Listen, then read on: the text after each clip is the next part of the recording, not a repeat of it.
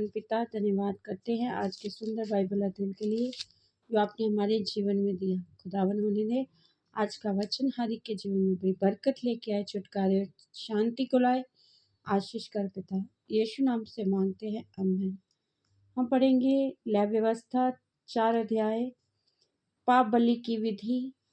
फिर यहोवा ने मूसा से कहा, इस्राएलियों से ये कह कि यदि कोई मनुष्य उन कामों में से जिनको यहोवा ने मना किया है, किसी काम को भूल से करके पापी हो जाए, और यदि अभिषिक्त याजक ऐसा पाप करे जिससे प्रजा दोषी ठहरे, तो अपने पाप के कारण वह एक निर्दोष बछड़ा यहोवा को पाप बलि करके चढ़ाए।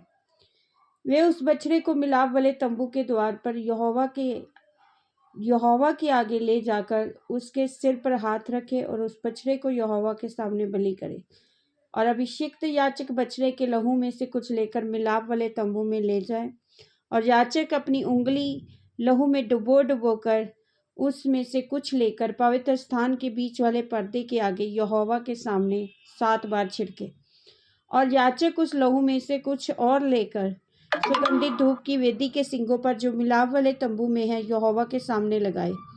फिर बछड़े के सब लहू को वेदी के पाए पर जो मिलाप वाले तंबू के द्वार पर है उड़ेल दे।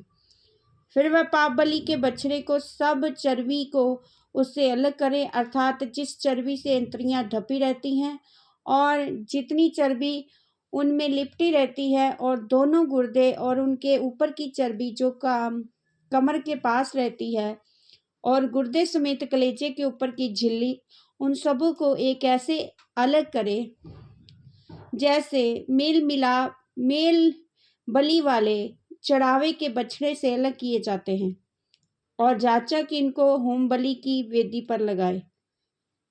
और परंतु उस बछड़ी की खाल, पांव, सिर, अंतड़ियां, गोबर और सारा मांस अर्थात समूचा बछड़ा छावनी से बाहर शुद्ध स्थान में जहां राख डाली जाएगी ले जाकर लकड़ी पर रखकर आग से जलाए। जहां राख डाली जाती है वह वहां जलाया जाए। यदि इस्राएल की सारी मंडली अज्ञानता के कारण पाप करे और वे बात मंडली की आंखों से छिपी हो और यहोवा की किसी आज्ञा के विरुद्ध कुछ करके दोषी ठहरे हों, तो जब उनका किया हुआ पाप प्रकट हो जाए तब मंडली एक बछड़ी को पाप बलि करके चढ़ाए। वे उसे मिलाप वाले तंबू के आगे ले जाए, और मंडली के वृद्ध लोग अपने अपने हाथों को यहोवा के आगे बछड़े के सिर पर रखें, और वे बछड़ा यहोवा के सामने बलि किया जाए। तब अभिषिक्त याजक बछड़े के लहू में से कुछ मिलाप वाले तंबू में ले जाए, और याजक अपनी उंगली लहू में डुबो कर उसे बीच वाले पर्दे के आगे 7 बार यहोवा के सामने छिड़के, और उसी लहू में से वेदी के सींगों पर जो यहोवा के आगे मिलाप वाले तंबू में है लगाए, और बचा हुआ सब लहू होम बलि वेदी के पाए पर जो मिलाप वाले तंबू के द्वार पर है उड़ेल दे। और वे बछड़े की कुल चर्बी निकाल कर वेदी पर जलाए। जैसे पाप बलि के बछड़े से किया था वैसे ही इससे भी करे, और इस भांति याजक इस्राएलियों के लिए प्रायश्चित करे। तब उसका वे पाप क्षमा किया जाएगा, और वे बछड़े को छावनी से बाहर ले जाकर उसी भांति जलाए जैसे पहले बछड़े को जलाया था। ये मंडली के निमित्त पाप बलि ठहरेगा। जब कोई प्रधान पुरुष पाप करके अर्थात अपने परमेश्वर यहोवा की किसी आज्ञा के विरुद्ध भूल से कुछ करके दोषी हो जाए और उसका पाप उस पर प्रकट हो जाए, तो वे निर्दोष बकरा बलिदान करने के लिए ले आए, और बकरे के सिर पर अपना हाथ धरे और बकरे को उस स्थान पर बलि करे जहां होम बलि पशु यहोवा के आगे बलि किए जाते हैं। ये पाप बलि ठहरेगा।